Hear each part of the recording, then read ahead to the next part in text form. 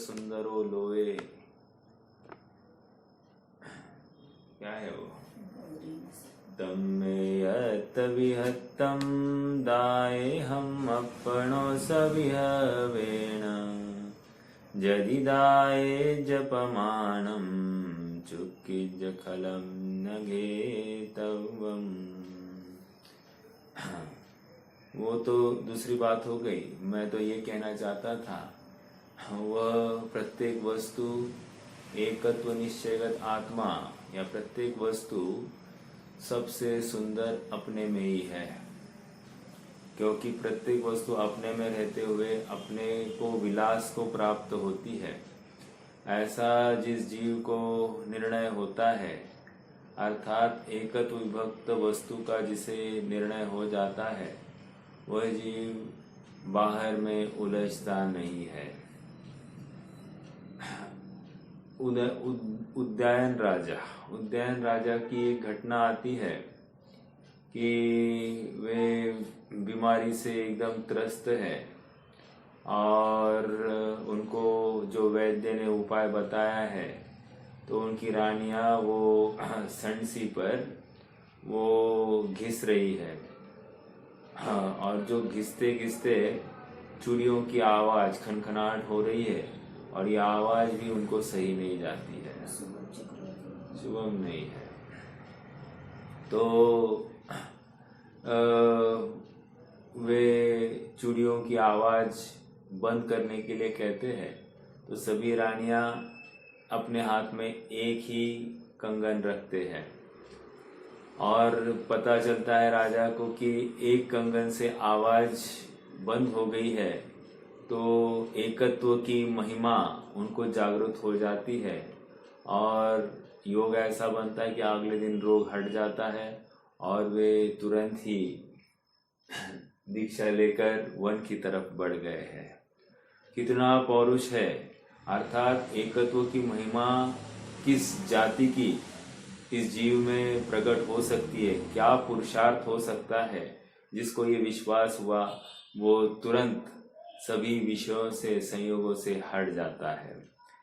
पर पदार्थ में इष्ट अनिष्ट कल्पना करना अब छोड़ देता है। किसके प्रति राग करूं, किसके प्रति द्वेष करूं, ये हो ही नहीं सकता, क्योंकि प्रत्येक वस्तु अपने आप अपने में सुंदर है। मतलब एक विष्टा भी देख ली तो विष्टा भी अपने आप में सुंदर है। प्रयोजन ये नहीं कि सुंदर वस्तु को ग्रहण करना ही चाहिए या ग्रहण करने का भाव होना ही चाहिए।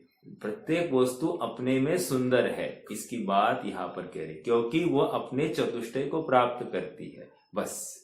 तो ये सीख, हम इसी सीख को लेकर हम आज का प्रकरण प्रारंभ करते हैं। प्रकरण अपना चौर्य व्रत अचौर्य व्रत की भावनाओं पर चल रहा है। शून्यागार और विमोचित आवास की चर्चा हमने देखी।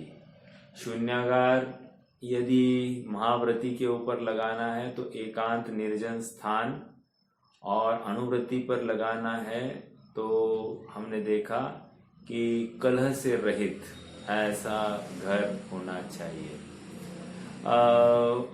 विमोचित आवास की बात आई तो उजड़े हुए जो घर होते हैं, जहाँ पर भूत बाधा आदि आदि कुछ हो गई तो पूरा गांव का गांव निकल जाता है, तो जो बचे हुए घर रहते हैं वो सब उजड़े से रहते हैं। तो ऐसे स्थान में मुनि रुक सकते हैं। तो विमोचित आवास, उजड़ा हुआ, विमोचित मोचित मतलब उजड़ा हुआ, ओके। और श्रावकों के ऊपर कैसे घटित किया, आजू बाजू वाले संक्लेश परिणाम उत्पन्न नहीं करते हो, ये बात यहाँ पर देखी। अब परोपरोधाकरण की तरफ बढ़ना है। हमने कल और एक बात देखी कि मुनि अवस्था ये नगरवासी नहीं है, ये जंगलवासी होते हैं। तो एक महत्वपूर्ण बिंदु मुनि नाम अलौकिक वृत्ति, ऐसा हम आचार्य कुंद ने फरमाया है। तो इसी के माध्यम से हम ये समझ सकते हैं कि कितना पौरुष उस जीवों का जागृत हो गया है। यदि आप थोड़ा सा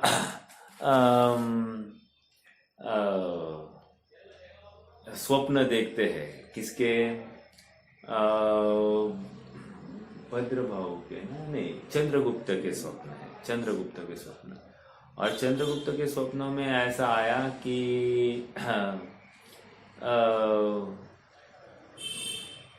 जो कर्मठ बैल, 2 कर्मठ बैल ऐसा आया। उसका अर्थ ये निकला कि यदि जीव पुरुषार्थ करेगा धर्म मार्ग में तो जवानी में ही करेगा। एक दूसरी बात ऐसी आई कि सिंह एक दौड़ रहा है और उसके पीछे हिरण भाग रहा है मतलब सिंह हिरण को डर के भाग रहा है। ये इसका फलित क्या बताया गया? इसका फलित ये बताया गया कि पंचम काल में मुनि अवस्था में शिथिलता होगी। मुनि सिंह वृत्ति को धारण ही नहीं कर सकेंगे, मतलब अनेक से जीव बिछड़ जाएंगे। तो ये कुछ संकेत हमारे पास है। और थोड़ा सा सामाजिक व्यवस्था में भी बताया गया, जैसे हाथी पर बैठा हुआ बंदर, ये किसका परिचायक है? तो हाथी पर बैठा हुआ बंदर कहते हैं कि निचली जाति के लोग ऊंचे जाति के लोगों के ऊपर राज करेंगे, और आज प्रत्यक्ष हमको दिखाई देता है। तो कहने की बात इतनी है कि जिसको कम समझ है, विशेष समझ नहीं रखता है, वो जीव ऊपरी स्थान पर रहेगा। तो इसी को लेकर धर्म की प्रभावना कैसे संभव है, इसका ऊपर विचार करना। पंचम काल के जीव शिथिलाचारी होंगे, वक्र जड़ होंगे, आदि आदि सब बातें हैं। चलो तो आइए हम आचौर्य व्रत की भावना नंबर 3, परोपरोधाकरण। परोपरोधाकरण मतलब क्या? पर अधिकरण। एक मिनट, क्या है इसका अर्थ? तो कह रहे हैं कि किसी के मकान में जबरदस्ती से धंस कर नहीं बैठ जाना, परधाकरण। अब ये मकान में बैठ जाना की बात आ गई, अर्थात किसी के ऊपर भार नहीं हो जाना, ये यहाँ पर संकेत है। अर्थात व्रती को या धर्मी जीव को ऐसा पता चले कि अपन अपने घर में ही थोड़े से उपेक्षित है, तिरस्कृत है, या भार हो गए हैं, अपन कुछ कमाते नहीं है, या ऐसा कुछ भी, ऐसा उनको एक संकेत सा हो गया और घर के सदस्यों की आकुलता दिखाई दे, तो फटाफट वहां से हट जाएंगे। परोपरोधाकरण, ठीक है। और क्या ले सकते हैं? भारारोपण की बात आ गई। देखो मतलब किसी समाज के व्यक्ति के ऊपर, सामाजिक प्राणी होने के बावजूद भी समाज के ऊपर ये भार नहीं बने, अपने आप इसको लेकर वो उपेक्षित हो जाता है ना। देखो मान लो कोई, हमको पता चले कि ये पैसा मांगने आने वाला है, किसी का फोन आता है कि और वो पैसा मांगने के लिए फोन करता है, तो हम क्या करते हैं? उसकी उपेक्षा करते हैं कि नहीं करते हैं? हमको थोड़ी सी त्रस्तता होती है कि नहीं कि भाई ये पैसा मांगने वाला है, अब इसका फोन नहीं लेना। तो ये क्या है? जब ये भार दिखाई देने लगता है किसी का संपर्क, तो उसी प्रकार यहाँ पर कह रहे परोपरोधाकरण में, यहाँ पर जबरदस्ती से अपन किसी के ऊपर भार नहीं बनेंगे। परोपरोधाकरण, ठीक है। आगे बढ़ते हैं। अब चौथा बिंदु है भैक्ष शुद्धि। बहुत गंभीर बात है। परोपरोधाकरण में वैसे आप ये सब लगा सकते हैं कि समाज के आश्रित कोई भी व्यवस्था नहीं होनी चाहिए। जो व्रतों में है, महाव्रत में, अनुव्रत में है, वे समाज के ऊपर किसी भी अपेक्षा से भार नहीं बन सकते। ठीक है। हाँ, मतलब यहाँ तक बात आती है कि उनके निमित्त से एक कील भी नहीं खरीदी जानी चाहिए। समझ में आया? कील मतलब खिड़ा खिड़ा। तो ये भी समाज को इतना सा भी भार नहीं होना चाहिए। ये इतनी बात यहाँ पर है, परोपरोधाकरण के माध्यम से हमको समझनी चाहिए। थोड़ा कहा, ज्यादा समझ लेना बहुत गंभीर बातें हैं। आगे भैक्ष शुद्धि। देखो, भैक्ष शुद्धि नहीं करना, उसमें चोरी। फिर से एक प्रश्न खड़ा हो रहा है, खाने का और चोरी का क्या संबंध है साहब? जैसे शून्यागार विमोचित आवास का भी चोरी के साथ क्या संबंध है, परोपरोधाकरण का चोरी के साथ क्या संबंध है? कह रहे हैं कि इन सब बातों से आकुलता होती है और हम अपने शुद्ध स्वरूप में स्थिर नहीं रह पाते हैं। हम किसी को शुद्ध स्वरूप से बेदखल करने में निमित्त हुए, ऐसा कोई भी प्रसंग हो तो कह रहे ये चोरी के अंतर्गत चला जाता है। समझ में आ रहा है क्या? मूल रूप से अपने शुद्धात्मा से हम विमुख हुए हैं, ये उसी का परिचय है। उसके बिना ये कार्य हो ही नहीं सकता। समझ में आ रहा है? तो ये भैक्ष शुद्धि। आप कहोगे नहीं, कोई बहुत भक्ति से करे तो वो अज्ञानी है। अज्ञानी की भक्ति को कोई वैल्यू नहीं होती। समझना इस बात को। अज्ञानी की भक्ति को कोई वैल्यू नहीं है। यहाँ पर जो यथार्थ मोक्ष मार्ग के अनुकूल बात कही है उसकी, और अज्ञानी जो कर रहा है ना, वो लोभवश करता है। उसको लगता है कि मैं ऐसी सेवा करूंगा तो मुझे इतना लाभ होगा। मैं आपको एक घटना सुनाता हूँ। कोई साधर्मी ही थे, थोड़ा सा विशेष विरक्त जीव है। तो योग बन गया था कि किसी गांव में वे पहुंचे। तो एक भाई थे, भाई ने उनको अपने घर ले जाना चाहा। तो उन्होंने ऐसा एक अपनी इच्छा भी प्रकट की और उन्होंने कहा कि आप कृपया हमारे घर पर तशरीफ लाइए। तो इन्होंने कहा नहीं, मैं किसी के घर नहीं जाता। नहीं, बस पैर रखो और फिर से अंदर आ जाओ, गाड़ी में बैठ जाना। तो इन्होंने कहा अब तो बिल्कुल नहीं आऊंगा। क्यों?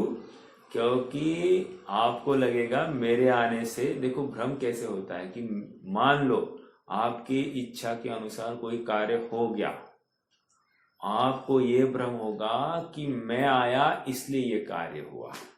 समझ में आया? और मैं इस भ्रम को कभी भी इस ऐसे भ्रम का बढ़ावा नहीं देना चाहता, इसलिए ये सब बातें संभव नहीं है। मैं इतनी बातें क्यों कर रहा हूँ? मतलब भ्रम भैक्ष शुद्धि परोपरोधाकरण के अंतर्गत, मतलब ऐसे सामने वाले को ऐसा जो अज्ञानता में ऐसे बातें कर लेता है और फिर अहोभाव से कर लेता है। तो ऐसे अहोभाव अज्ञानता में हो गया है, तो उसको कोई अहोभाव नहीं कहा जाएगा। समझ में आ रहा है क्या? हाँ, अब उसको निष्पक्ष बोलो, तुमको कुछ नहीं मिलने वाला, और फिर भी उसको अहोभाव आए तो ये बात अलग है। लेकिन जिसको कोई ना कोई आशा है अभिप्राय में, उसके माध्यम से किया गया कार्य, ये परोपरोधाकरण अर्थात उसी के अंतर्गत, मतलब वो संतप्त है, त्रस्त है संयोगों से, विषयों से, और इसलिए वो ये प्रवृत्ति कर रहा है। मान लो बहुत अनुकूलता में होता तो कदाचित वो इन बातों में फिरकता भी नहीं। समझ में आ रहा है? जो बहुत त्रस्त है संयोगों से, संसार की विचित्रता से, कदाचित वही ऐसा उद्यम करे अज्ञानतावश। ठीक है, चलिए अब ये भैक्ष शुद्धि, अभी बहुत इंपॉर्टेंट है शब्द, आप यहां पर देखना, रत्नकरण श्रावकाचार्य पृष्ठ क्रमांक 219। अन्याय अभक्ष को छोड़कर महत्वपूर्ण शब्द आए हैं यहाँ पर। अन्याय से उपार्जित भोजन नहीं लेना, एक। अभक्ष भोजन ग्रहण नहीं करना, दो। लेकिन महत्वपूर्ण शब्द अन्याय से उपार्जित भोजन। अभी अन्याय से उपार्जित भोजन मतलब सीधा सीधा संकेत सामने वाले की कमाई पर है। अगर सामने वाले की कमाई अन्याय से उपार्जित है, जैसे एक भाई थे दानशूर सेठ, उनका हर जगह पर नाम ऐसा ही लगता है, करोड़ों में दान करते थे। और व्यापार क्या था साहब? व्यापार था गुटखे का। अब ऐसा दानशूर व्यक्ति, इसके माध्यम से कोई भी विनय अनुनय हो जाए, उसको यहाँ पर अन्याय उपार्जित धन कहा जाएगा। मैंने यहाँ तक सुना है कि उनके घर में मतलब रोज पैसों की ऐसी थैलियां आ जाती है, इतना पैसा उनके पास, मतलब इतने नोटें आती है। तो फिर कहाँ रखना?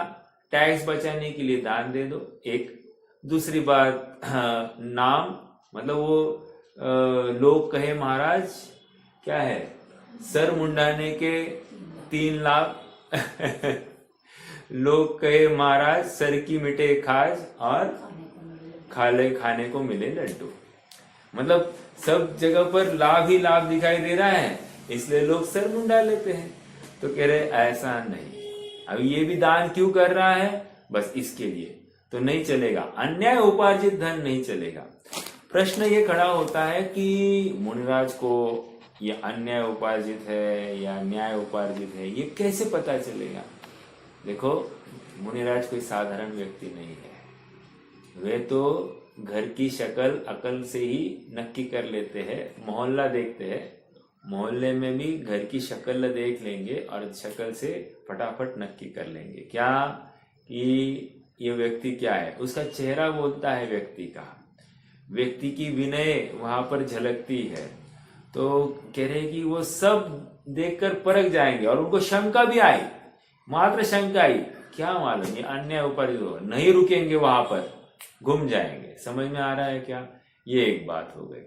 दूसरा प्रश्न ये खड़ा हो रहा है कि मुनिराज को जो वर्तमान व्यवस्था चलती है कि घर के बाहर 5-7 घर के बाहर लोग खड़े रहे, या द्वारा प्रेक्षण आदि आदि जो व्यवस्था चलती है, सचमुच ऐसा प्राकृतिक रूप से संभव है क्या? तो कह रहे हैं कि नहीं, ऐसा प्राकृतिक रूप से संभव नहीं है। ये प्री डिफाइंड है, अर्थात पहले ही निश्चित किया हुआ है कि आज उनका भोजन इन 5 घर में से कहीं होगा। तो ऐसी व्यवस्था यहाँ पर नहीं है। ये भी भैक्ष शुद्धि में चली जाएगी, अर्थात अचौर्य व्रत में दूषण खड़ा हो जाता है। समझ में आ रहा है क्या? क्यों? ये तो सीधा सीधा उद्दिष्ट आहार के खाते में चला जाता है। तो समझने की बात यह है कि उद्दिष्ट आहार भी सेवन योग्य नहीं, सीधा सीधा उनके अचौर्य व्रत में दूषण आ जा रहा है। ठीक है, भैक्ष शुद्धि, अभक्ष। अब अन्याय की बात हो गई। मैं इस बिंदु पर था कि मुनिराज कैसे पता करेंगे। तो देखो, पहले क्या होता था, कल भी मैंने बताया, हाँ, जो शून्यागार कहो या विमोचित आवास की तरफ संकेत था कि उसमें क्या था कि जैनियों के मोहल्ले हुआ करते थे। जैसे नाई होता, तो नाई का एक मोहल्ला, छोटे अन्य मतलब कुम्हार होते थे, कुम्हार का एक मोहल्ला होता था। देखो, आज भी आप पुणे में जाएंगे ना, पुणे में एक सांभर आड़ी आती है, एक कुम्हार आड़ी आती है। ऐसे अलग अलग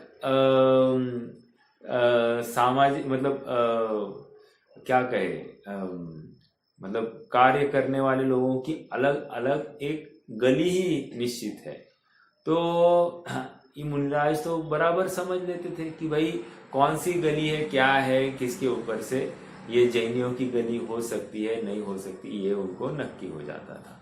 और किसी ने कहने की बात है ही नहीं, ये तो स्वयं अपने से नक्की करेंगे कि भाई ये घर, ये इनके यहाँ पर क्या व्यापार हो सकता है और इनका क्या धंधा है और इसके ऊपर से इनका क्या कमाई के स्रोत होंगे। ठीक है, तो ये कहाँ आ गए थे? भैक्ष शुद्धि, अन्याय की अपेक्षा बात हो गई।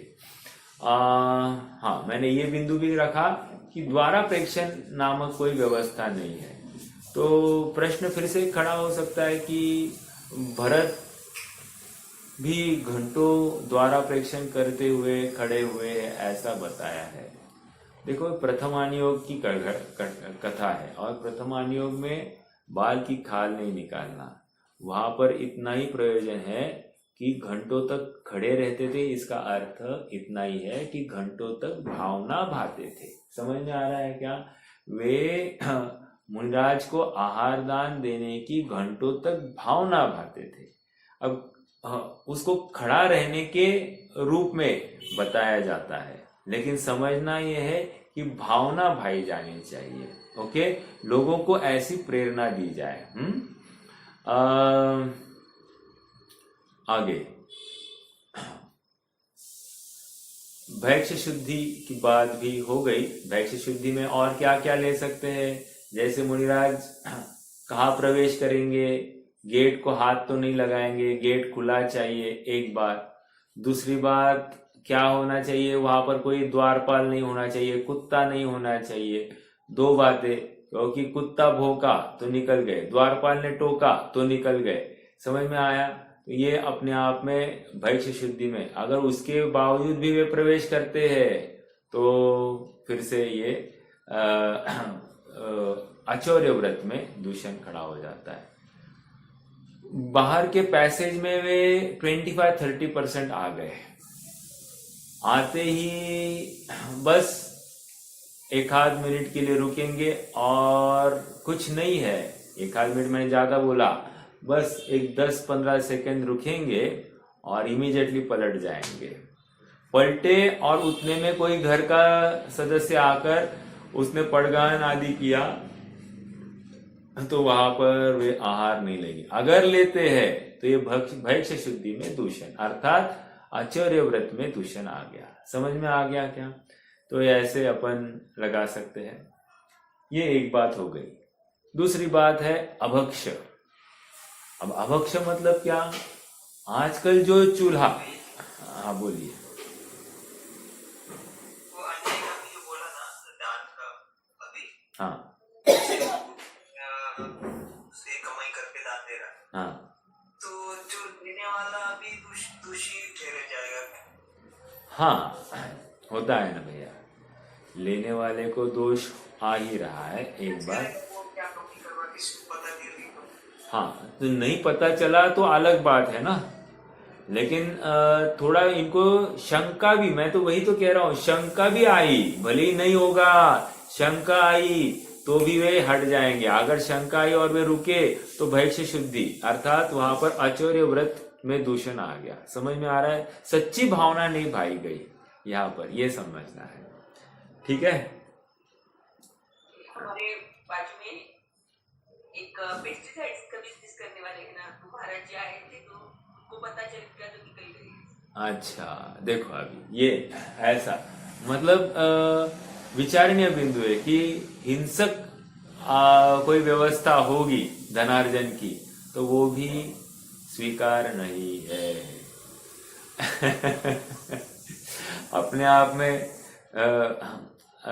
कौन सा बिजनेस करना, ये अपने आप में एक बहुत बड़ा विषय है, लेकिन गंभीर बात यह है। इसलिए मालूम है आपको, मैं तो और एक कदम आगे बढ़ के बात रख रहा हूं कि इवन दान जो लिया जाता है मंदिरों के निर्माण में, ये भी किसने दान देना, किसका दान लेना, ये ट्रस्टी डिसाइड करेंगे। समझ में आ रहा है क्या?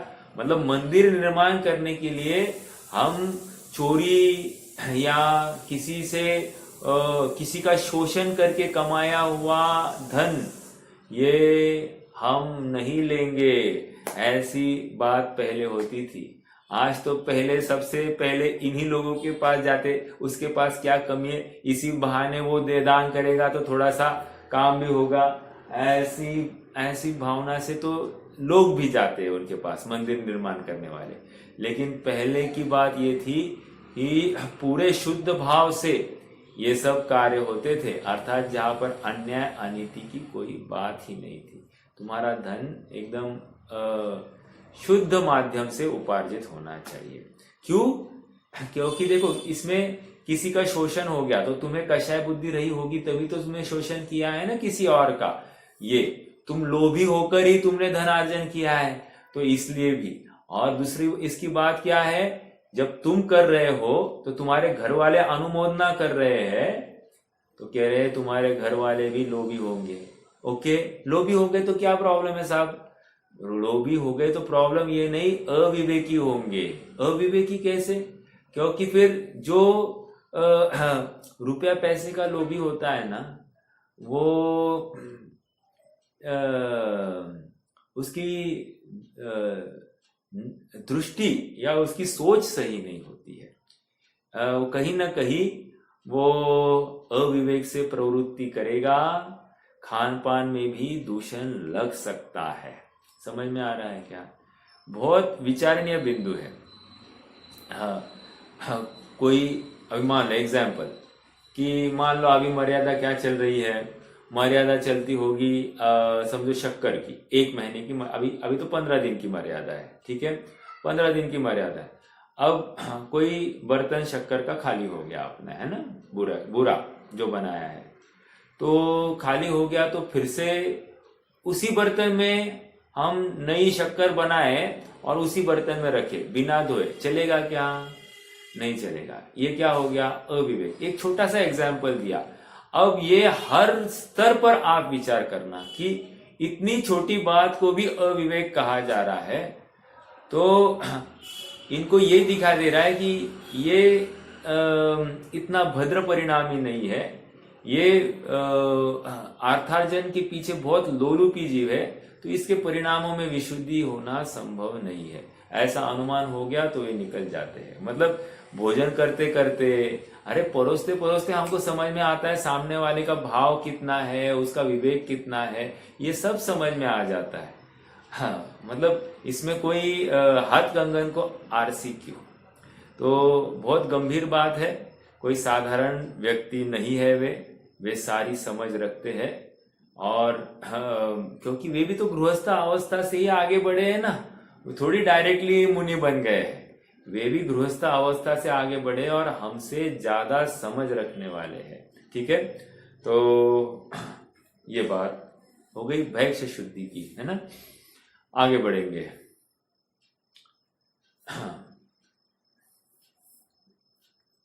अब भैक्ष शुद्धि में ये ले सकते हैं क्या कि कितने भोजन के आइटम बनाए गए। ये तो एक्चुअली आगे ब्रह्मचर्य में भी आएगा ही आएगा, लेकिन भैक्ष शुद्धि में भी लिया जा सकता है। क्या लिया जा सकता है कि जितने आइटम ज्यादा बने हैं, अपने आप शंका का चक्र चलने लग जाता है कि ये कैसे संभव है।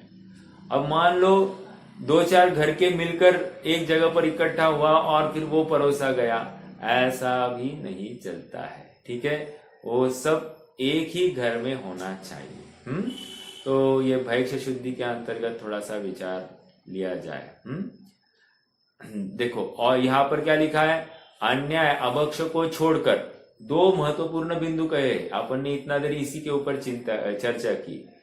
भोगांतराय के क्षयोक्षम के अनुसार जो रस नीरस भोजन मिले, रस नीरस भोजन मिले मतलब जैसा भोजन मिले उसी में समता रखकर लालसा रहित होकर भोजन करना। मतलब क्या, मैं बहुत दिन का भूखा हूँ, ज्यादा भोजन परोसा जाए या जो कुछ व्यवस्था मेरे इच्छा के अनुसार हुए, ये कह रहे हैं कि ऐसा कुछ भी नहीं। समता रखकर मतलब क्या, बहुत आसक्ति नहीं है उस भोजन में। अब मान लो आसक्ति भी हो गई भोजन में, परोसने वाला ओके, न्याय नीतिवान, भोजन भी भक्ष दूसरी बात, लेकिन मुनिराज को आसक्ति हो गई भोजन में, और हो जाए और तो ये बस चला गया।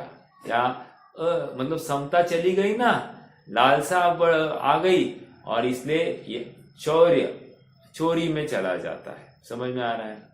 अब भोजन 32 दोष 46 अंतराय टालकर लिया जाता है, तो वहां पर भी काफी बातें बताई गई है कि श्रावक कैसा होना चाहिए, पात्र कैसा होना चाहिए, ये सब बातें वहां पर आई है। तो हमको वे सब समझने योग्य है। वैक्ष शुद्धि में वो सब आएगी। या महिला होगी तो कोई गरोदर महिला होगी तो मतलब 5वें महीने की आगे की महिला नहीं चलती है, आदि आदि सब बातें। छोटी बालिका नहीं चलेगी, कोई थोड़ा सा बुद्धि से कम जीव होगा उसके माध्यम से नहीं चलेगा। नहीं तो क्या होता है कि सबको भाव होता है ना, हमारे हाथ से, इसके हाथ से, उसके हाथ से, सबको हाथ हाथ हाथ हाथ लगाने की चक्कर में अविवेक भी हो सकता है और ये सब वैक्ष शुद्धि में दूषण खड़ा हो जाता है। ठीक है, आगे बढ़ते हैं। लास्ट 5वां बिंदु आचौर्य व्रत की भावना में। अब हम कैसे लगाए अनुव्रति कहो या गृहस्थों के ऊपर वैक्ष शुद्धि कैसे लगाई जाए। हम हमारे स्तर पर भी ज्यादा गरिष्ठ भोजन करना ये चोरी हो गई, समझ में आ गया। एक्चुअली वो तो ब्रह्मचर्य व्रत में दोष आ जाएगा, लेकिन वैक्ष शुद्धि के अंतर्गत अपन भी न्याय नीति से कमाएंगे, एक बात। दूसरी बात मेरी एक कहना रह गई कि जो अपने लिए अलग चूल्हा और व्रतियों के लिए अलग चूल्हा, ऐसे काफी घर होते हैं कि जहां पर 2-2 चूल्हे चलते हैं, तो कह रहे ऐसा भी नहीं चलेगा। ये पूरा का पूरा एक सारे घर के सदस्य एक ही चूल्हे के अंदर भोजन करते होने चाहिए, समझ में आ रहा है। तो ये एक बात। या फिर मात्र कोई व्रती त्यागी आने वाला है इसलिए हमने भक्ष्य सामग्री से भोजन बनाया, ऐसा भी नहीं चलेगा। तुम अपने लिए तुम भी वैसा ही भोजन 365 दिन बनाते होंगे तो ही ये भोजन उनको देने योग्य है, समझ में आ रहा है। तभी तो तुम दातार बन सकते हो। तुम्हारी दातार बनने की पात्रता क्या है, तुम 365 दिन अपने लिए ऐसा आहार बनाते हो। यदि एक दिन भी चूक जाते हो या प्रमाद हो जाता है तो समझ लेना कि ये वैक्ष शुद्धि में नहीं जाएगा। ठीक है, तो देखो क्राइटेरिया बहुत जबरदस्त है। अब इतना विवेकी जब दातार होगा तो आप विचार कीजिए, दातार इतना विवेकी तो पात्र कितने ऊंची क्वालिटी का है, आप इसके ऊपर अनुमान लगा सकते हैं। मात्र भावुकता में किया हुआ कार्य नहीं है। अपन ये कहते, लोग कहते हैं कि तुम भिखारी को भी भोजन खिला सकते हो, फिर एक नग्न संत को नहीं खिला सकते क्या? ये क्या उनसे गए गुजरे हैं क्या? ऐसा कथन योग्य नहीं है। ये सब आगम में आई हुई बातें हैं, उसके परिप्रेक्ष्य में ही ये सब चर्चा चलती है। अर्थात हमको कहीं भी भावुक या उत्तेजना भरे कथन ऐसा नहीं करना चाहिए। ये दूषण खड़ा हो जाता है, संभ्रम खड़ा होता है समाज में, और अपने आप में समाज में खड़ी एक दरार आ जाती है, समझ में आ रहा है। क्योंकि अविवेकी तो कुछ भी कर जाता है और विवेकी बाजू पर रह जाता है, तो समाज ही बिखरता है। इससे समाज को कोई लाभ नहीं होता था। ये तो समाज के लिए एक दर्पण है, समाज के लिए एक मार्गदर्शन था। वो मार्गदर्शक तत्व ही शिथिल है, तो फिर इसमें मोक्ष मार्ग की कैसे प्रभावना हो सकती है? नहीं हो सकती। ठीक है, आगे बढ़ेंगे। सद्धर्मा विसंवादा, साधर्मी के साथ विसंवाद नहीं करना बहुत बड़ी बात है। साधर्मी के साथ विसंवाद नहीं करना। देखो, चर्चा करना एक बात होती है और खंडन करने के लिए चर्चा करना अलग बात होती है। समझने के लिए चर्चा या जिन वचनों की का आदान प्रदान होना अलग बात होता है, और किसी को झूठा ठहराने के लिए जो कोई चर्चा वार्ता होती है वो अलग बात होती है। जो झूठा ठहराने के लिए जो वाद विवाद होते हैं वो अक्सर झगड़े में ही कन्वर्ट हो जाते हैं। इसलिए सद्धर्म अविसंवाद, अर्थात धर्म के साधर्मी पुरुष के प्रति हमको विसंवाद नहीं करना चाहिए। अब करना नहीं चाहिए मतलब क्या, दो बातें हैं। एक तो उसकी कोई शिथिलता दिखाई दी तो उसको प्रकट नहीं करना, एक बात। दूसरी बात, यदि हमको शिथिलता दिखाई दे तो हम उससे एकांत में बात करें। दो, उसकी हम निंदा तो बिल्कुल नहीं करेंगे या उसके मुंह पर हम गलत वचन नहीं कहेंगे।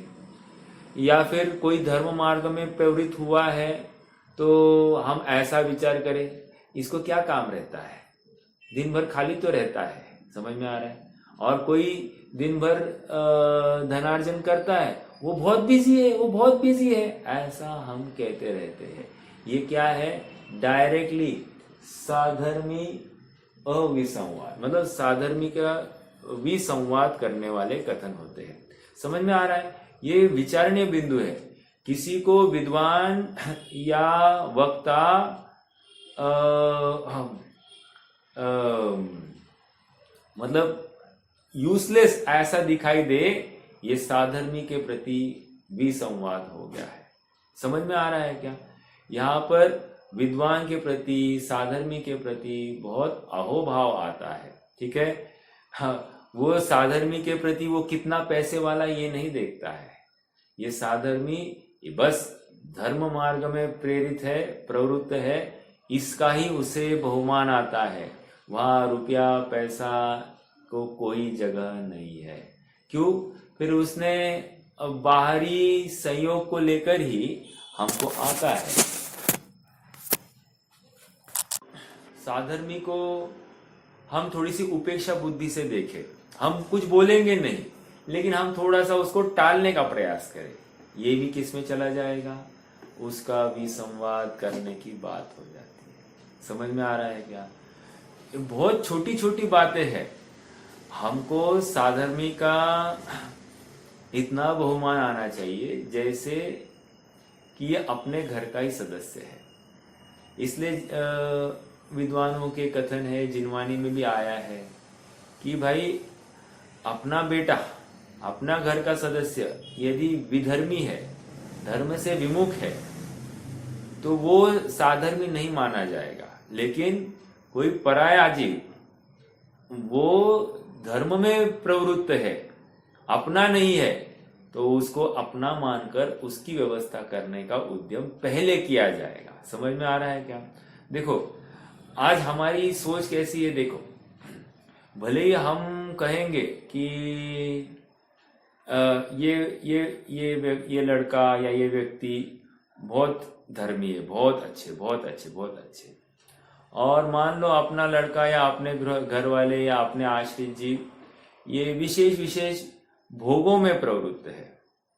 तो मेरा प्रश्न है कि हमको बहुमान तो साधर्मी का आ रहा है, लेकिन जब प्रॉपर्टी आदि देने का प्रसंग आ जाता है तो किसको देकर जाते हैं? जो अपने विषय भोगी, अपने आश्रित जो जीव है, उनको ही देकर जाते हैं। तो ये भी यहाँ पर कह रहे हैं, ये भी योग्य नहीं है। अब ये साधर्मी के प्रति विसंवाद है ऐसा मैं नहीं कह रहा हूं, लेकिन एक सोच मैं बता रहा हूं कि ऐसी सोच हो जाती है। कहीं ना कहीं आपको बहुमान साधर्मी के प्रति नहीं आया, ये उसी का परिचायक है। मुझे इतना ही कहना था, ठीक है। तो थोड़ा कहा, बहुत समझ लेना कि अनेक अनेक प्रसंग होते हैं जहाँ पर हमको साधर्मी फर्स्ट ऐसा एक मिशन चलाना चाहिए, लेकिन होता ये है कि हम अन्यमति विधर्मी फर्स्ट ऐसा ही मिशन चला बैठते हैं, या फिर अपने घर वाले अपने विषय भोग फर्स्ट ऐसा एक मिशन चला बैठते हैं जो योग्य नहीं है। तो साधर्मी के प्रति विसंवाद नहीं किया जाता। अब विसंवाद में और बातें समझ लेना, जैसे उनकी निंदा नहीं करना, या फिर उनके दुर्गुणों का मतलब सबके सामने खोलना नहीं, आदि आदि सब बातें। क्यों? ये सम्यक दृष्टि के 8 अंग है ना, उनको कैसे स्थिरता आ सकती है इसका विचार करना, ये सब साधर्मी अविसंवादा में चला जाएगा। अर्थात कुछ अनुकूलता प्रदान करने वाली बातें और उनको तकलीफ नहीं हो ऐसी बातें, इन दोनों को मिलाकर साधर्मी विसंवाद की बात अपन देख सकते हैं। चलिए, ये अपना आचौर्य व्रत की भावनाएं हो गई। प्रत्येक जीव अपने अपने स्तर पर भी ये लगाने की कोशिश करे। जरूरी नहीं हम उस भूमिका में नहीं है तो हमको ये लगाना नहीं है, ऐसा कभी भी विचार नहीं करना।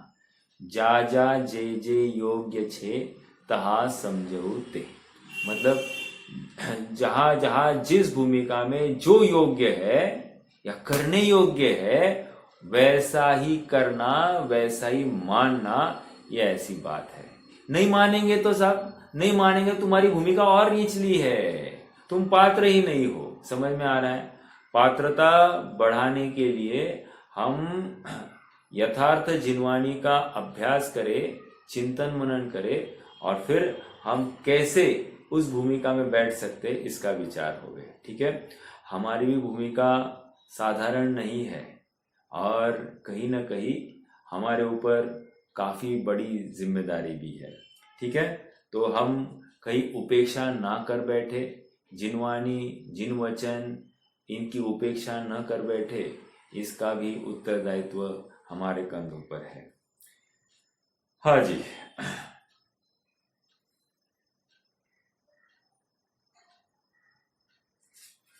आगे बढ़ना है। अब चौथा व्रत, ब्रह्मचर्य या अब्रह्म, ऐसी जो बात आई है तो इसके ऊपर अब विचार करते हैं। सूत्र क्रमांक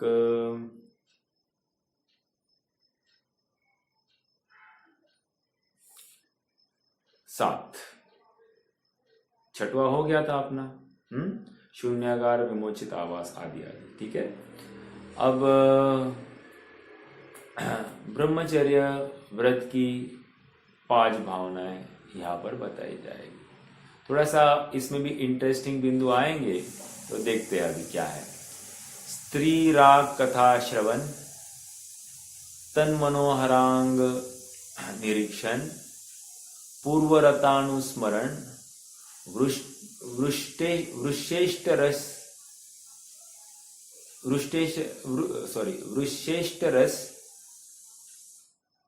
स्वशरीर संस्कार त्यागा, 5। फिर से पढ़ो ठीक से। स्त्री राग कथा श्रवण, तन मनोहरांग निरीक्षण, पूर्वरतानुस्मरण, वृश्रेष्ठ रस, स्वशरीर संस्कार त्यागा, 5। अब ये कैसा पढ़ा जाएगा? अपन संधि भी करते हैं। स्त्री राग कथा श्रवण, 1 पहली भावना। स्त्री राग कथा श्रवण, क्या लगाना?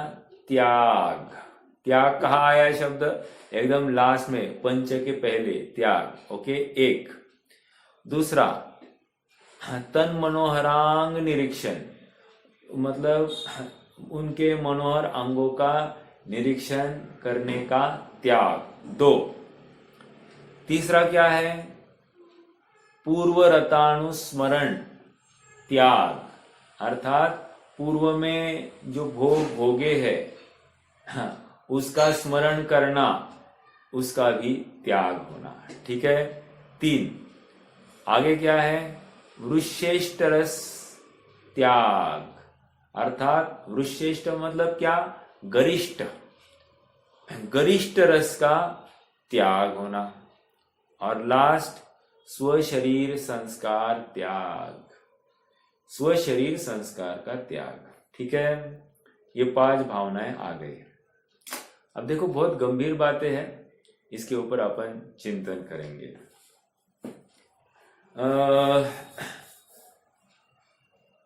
देखो, पहली तो एक जगह पर ऐसा लिखा है, 10 लक्षण धर्म में ही है,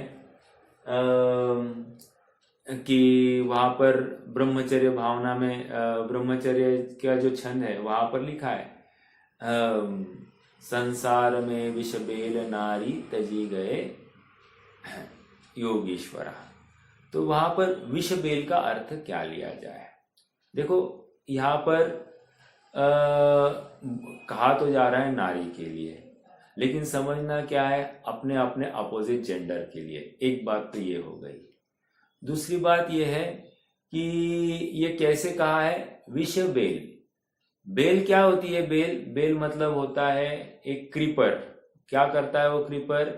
किसी दूसरे पेड़ के आधार से वो बढ़ता है, एक उसका ही रस चूसता है और ये जिंदा रहता है। होता क्या है, मूल पेड़ तो मर जाता है और ये पेड़ जीवित रहता है। एक दूसरी बात, अब ये कह रहे हैं कि ये बेल ही नहीं, ये विष बेल है।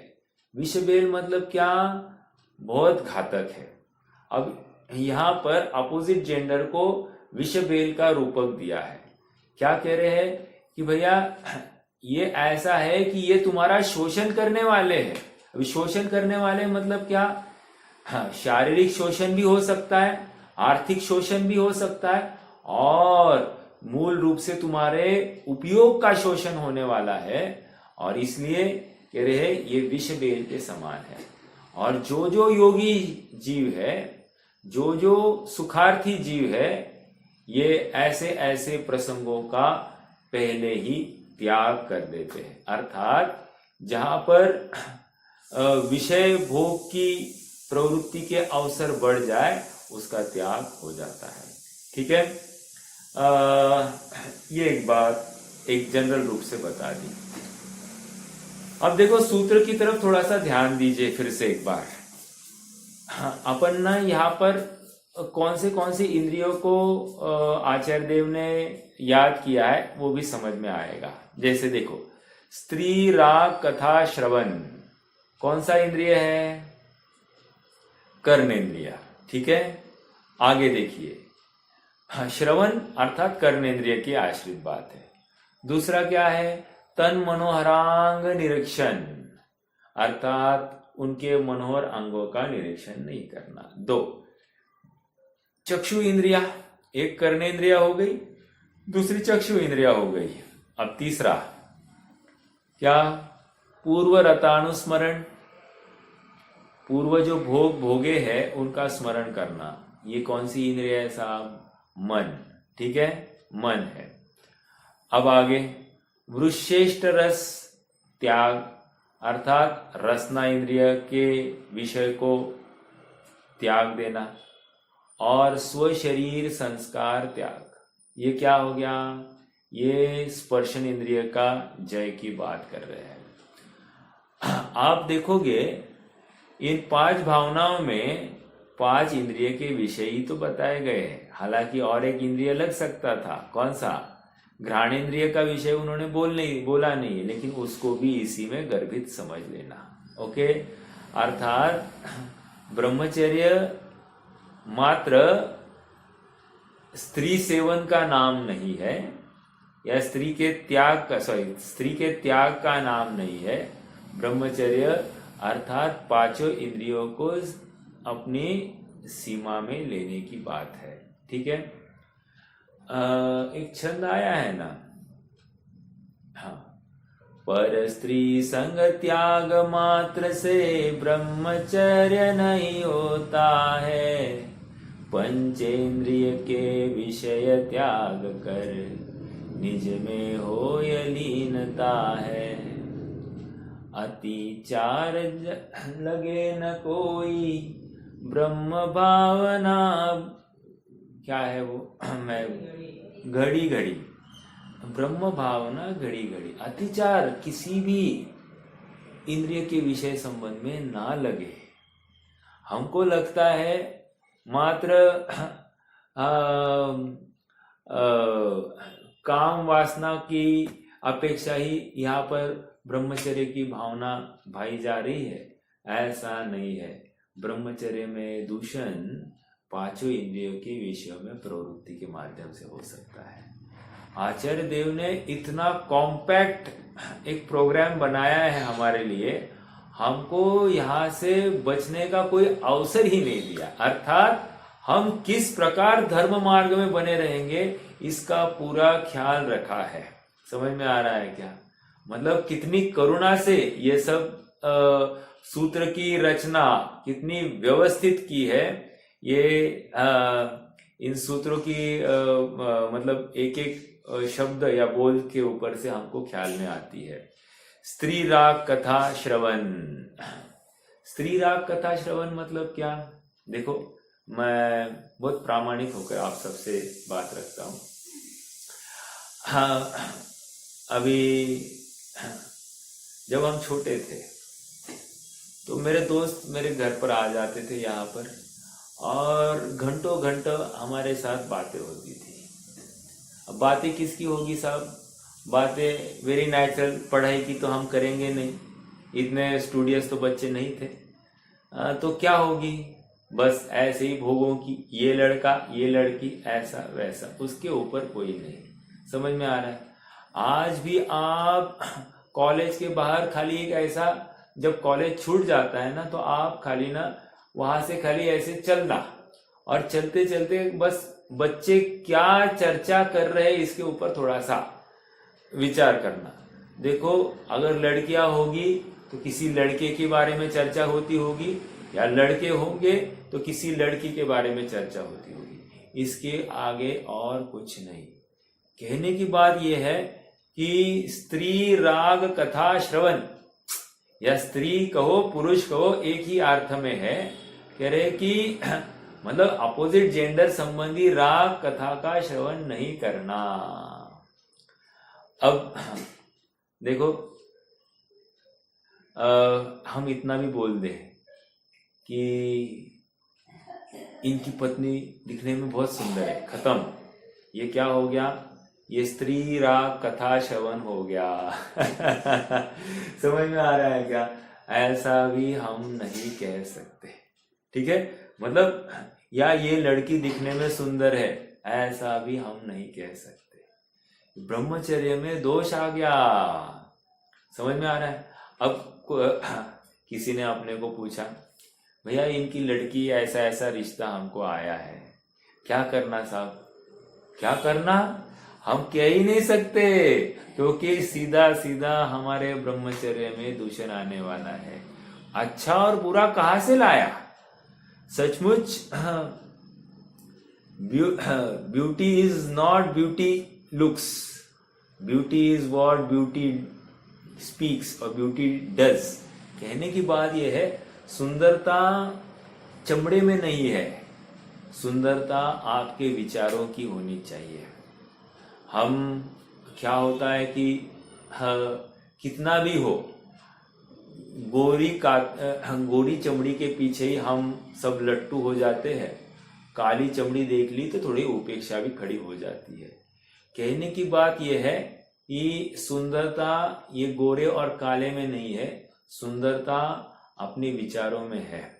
हमारे विचार कैसे समृद्ध है, कैसे सुसंस्कृत है, हम कैसे विषयों से आसक्त नहीं हुए हैं, इसको लेकर सारी बात है। हमारा ब्रह्मचर्य इसके साथ में है। देखो, और एक बात मैं कहना चाहता हूँ, जितने भी बच्चे हैं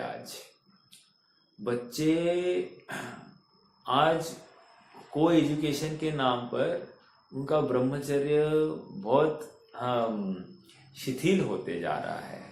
अर्थात कोई किसी को स्पर्श करता है, किसी के गले में हाथ डालकर चलते, कितनी सारी बातें होती है। मतलब सारे लिमिट्स क्रॉस हो गए हैं। मतलब जो शादीशुदा कपल भी नहीं करता है, वो आज कॉलेज जाने वाला युवा जो वर्ग है, वो सब वो कार्य इतने बेझिझक और बेधड़क करने लग गए हैं। इसलिए कहीं ना कहीं ये हमारे संस्कारों की कमी है कि हम उनको प्रेरित नहीं कर पा रहे हैं। अर्थात हमने उनको ऐसे विषयों के सामने उनके सामने ऐसे विषय रखे हैं जिसको लेकर उनको इसमें कुछ अपराध बोध भी आता नहीं है। समझने की बात इतनी है कि स्त्री राग कथा श्रवण के माध्यम से ऐसे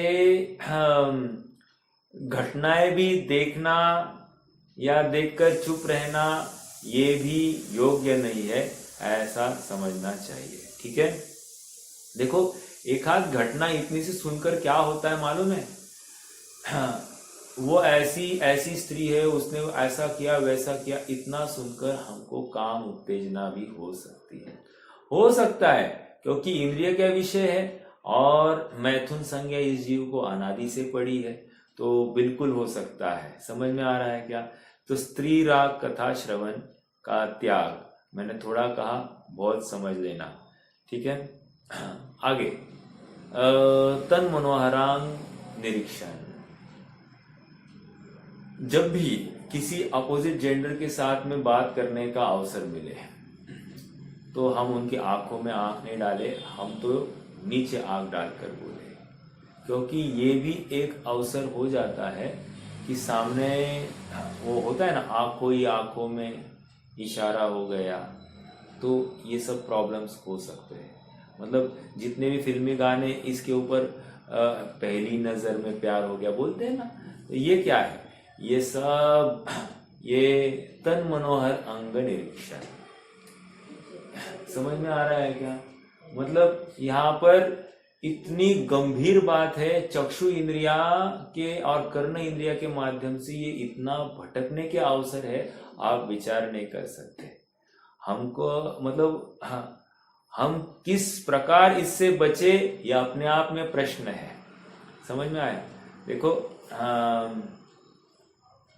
ऐसे अनेक अवसर होते हैं कि घर में ही बच्चे एकदम ऐसे अनईजी कपड़े पहन लेते हैं जिसको लेकर घर के ही सदस्यों को तकलीफ भी हो सकती है। और आज जितने भी घटनाएं घर के सदस्यों के द्वारा अट्रॉसिटी की दिखाई दे रही है, ये कहीं ना कहीं हमारे पहराव को लेकर भी एक संकेत है। तो हम अपने लहाजे में रहे, अपन एक प्रॉपर ड्रेस कोड में रहे, ये समय की मांग है। अपनी शील की मर्यादा को समझना है। देखो शील एक कांच का टुकड़ा है, इसको बहुत संभल कर रखना होता है, नहीं तो गिर जाएगा तो फूट जाएगा। फूटने पर फिर से वो वैसे का वैसा नहीं बन सकता, एक बात। दूसरी बात, शील एक रत्न के समान है। रत्न को साहब बाजार से कैसे लेकर जाया जाता है? अरे रत्न को तो बाजार से एकदम छिपाकर किसी की नजर ना पड़े इस रूप से लिया जाता है। तो वैसे ही कह रहे हैं कि ये शील रूपी रत्न भी इसी प्रकार उसको सुरक्षित रखने के लिए प्रयासरत होना चाहिए। हम ही देह प्रदर्शन करें जिसको लेकर हम मॉडर्न है, आधुनिक विचारधारा वाले हैं, ये प्रगटीकरण योग्य नहीं है। समझ में आ रहा है क्या? अपने आप में ये अपने धर्म के विरुद्ध है, हमारे शील की मर्यादा के विरुद्ध है। समझ में आ रहा है? तो ये भावना के माध्यम से मैं दो बातें कह रहा हूं कि क्या नहीं करना, ये भी एक्चुअली वो त्याग में लिया जाएगा, लेकिन वहां तो अलग से चर्चा करेंगे। लेकिन अब यहाँ पर चूंकि बिंदु निकला है तो हम वो भी ले लेते, क्योंकि भावना तभी एक भावना क्या है कि पॉजिटिविटी है, और त्याग मतलब क्या है? सचमुच वो ये नहीं करना, नेगेटिव बात है, राइट?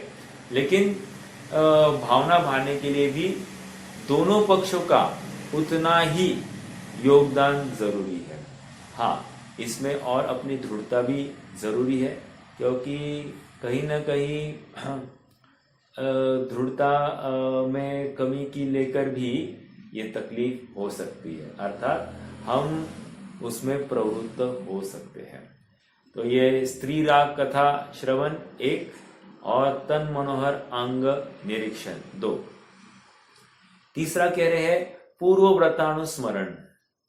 पूर्व व्रतानुस्मरण मतलब क्या? पूर्व में जो अनुकूल भोग, अपनी इच्छा के अनुसार भोग हमने भोगे हैं, उन भोगों का स्मरण करना। यह मन रूपी घोड़ा है, ये इतना चंचल है कि ये इस भव में नहीं आगे वाले भव में भी ले जाता है और पीछे वाले भवों में भी ले जाता है। ऐसी ये मन की सामर्थ्य है। तो जैसे मान लो कोई अपोजिट जेंडर हमको बहुत पसंद आया, तो हम क्या भावना भाई, हर बार मुझे यही जीव ऐसा एक पार्टनर के रूप में मिले। मतलब क्या साहब, तुमने पार्टनर क्यों चाहा है? भोग के लिए तो चाहा है, और किसके लिए चाहोगे? तो कह रहे हैं कि ये जो भावना है, ये संसार की भावना है, अर्थात तीव्र अब्रह्म की भावना है। ऐसी भावना कोई सुखार्थी जीव नहीं भाता है। अत्यंत पाप वर्धक ये भावना है। समझ में आ रहा है? तो जितने भी अपने पति के नाम पर, पत्नी के नाम पर कि सात भव पर यही आदमी, यही जीव हमको लाइफ पार्टनर के रूप में मिले, यह अत्यंत हीन भावना है, ऐसा समझना चाहिए। और ये सब मन के द्वारा कल्पना की गई है, क्योंकि ऐसा अनुकूलता इसने मान लो वर्तमान में दी, तो अगले भविष्य में भी यही। क्या गारंटी कि सामने वाला व्यक्ति फिर से उसी रूप में मिलेगा? अगर विकृत रूप में मिला तो क्या करेगा? समझ में आ रहा है क्या? आज मान लो अपना लाइफ पार्टनर अनुकूल है, हर सर्व प्रकार से अनुकूल है। यदि वो अनुकूल नहीं होता, उसमें कुछ कमी होती, तो क्या हम उसको चाहते? नहीं चाहते। समझ में आ रहा है? अर्थात द्वेष खड़ा हुआ। आज राग खड़ा है इसलिए वो चाह है, लेकिन जिस दिन द्वेष खड़ा होगा तो उसको हटाने की भावना होगी। समझ में आ रहा है? तो ये राग और द्वेष के वश होकर ये जीव तीव्र अब्रह्म को पालन करता है। अब यहाँ पर पूर्व रतानुस्मरण ये भोगों की बात है। देखो और क्या होता है मैं आपको बताऊं। हम देखते हैं किसी एक को और भोग की कल्पना करते किसी और के साथ में, ऐसा भी हो जाता है। तो कह रहे हैं भोग का स्मरण यह अत्यंत खराब चीज है। इससे हमारी मानसिक शांति हट जाती है। और आयुर्वेद ने तो इसके ऊपर काफी बात रखी है कि काम ज्वर नामक एक ज्वर ही बता दिया है। इससे युक्त जीव कह रहे हैं कि ये लज्जा छोड़ता है, ये अपना अपमान छोड़ देता है, ये पैसा नष्ट कर जाता है, ये दीन दरिद्री हो जाता है, और क्या काम ज्वर से पीड़ित होकर मरण तक को प्राप्त हो जाता है। समझ में आ रहा है? ये बहुत विचारणीय बिंदु है कि हम अपनी शील की मर्यादा कैसे रखें, हम स्वयं को अपने ब्रह्म स्वरूप आत्मा की प्राप्ति के लिए कैसे प्रेरित करें। देखो, जब तक बाह्य विषय से नहीं हटेंगे, जहां पर हम अटके हैं वहां से नहीं हटेंगे, तब तक अंदर कैसे आएंगे? ब्रह्म अर्थात मेरा आत्मा, कह रहे आत्म स्वरूप से मैं वंचित क्यों हूं? क्योंकि मैं अब्रह्म में हूं। समझ में आ रहा है? अर्थात जब तक मेरा स्वरूप के प्रति उपयोग नहीं जाता है, उसमें स्थिरता नहीं होती, तब तक मैं अब्रह्म में हूं, ऐसा निर्णय करना चाहिए। और अब्रह्म में कैसे हो सकता हूं? तो कह रहे ये 5 विषय बताए ना, ये 5 तो एक रूपक है, आप चाहो उतने लगा सकते हो। ठीक है, तो ये पूर्व रतानुस्मरण की चर्चा हो गई। आप स्वशरीर संस्कार त्याग और रुश्रेष्ठ रस त्याग, इसकी चर्चा अपन कल करेंगे। आज हमने